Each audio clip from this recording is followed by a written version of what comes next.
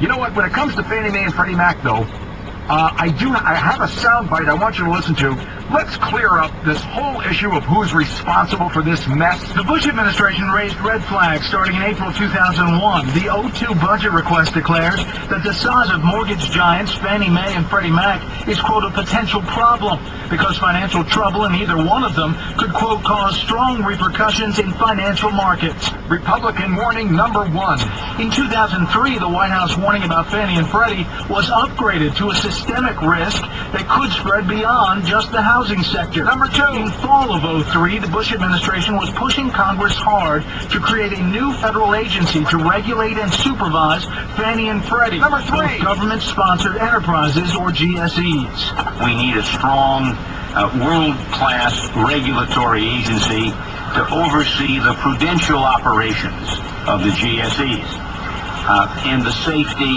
and the soundness of their financial activities. But then Treasury Secretary Snow was getting a lot of pushback from then-ranking member, now chairman of the House Financial Services Committee, Democratic Congressman Barney Frank. Here, Fannie Mae and Freddie Mac are not in a crisis. In fact, Frank said the federal government should be encouraging Fannie and Freddie to do more to get low-income families into homes. And he believed too many people had a sky-is-falling mentality. The more people, in my judgment, exaggerate a threat of safety and soundness, the more people conjure up the possibility of serious financial losses to the Treasury, which I do not see. I think we see entities that are fundamentally sound financially, liar, and withstand some of the disaster scenarios. And even if there were a problem, the federal government doesn't bail them out. But the more pressure there is there, then the less I think we see in terms of affordable housing. Oh, so the critics are at fault. The legislation was blocked. Yeah. In 2005, Fed Chairman Alan Greenspan added his voice on Fannie and Freddie after Fannie leaders admitted major accounting screw-ups. Quote, enabling these institutions to increase in size, and they will once the crisis in their judgment passes, we are placing the total financial system of the future at a substantial risk. Another Republican warning. Another hearing on the topic.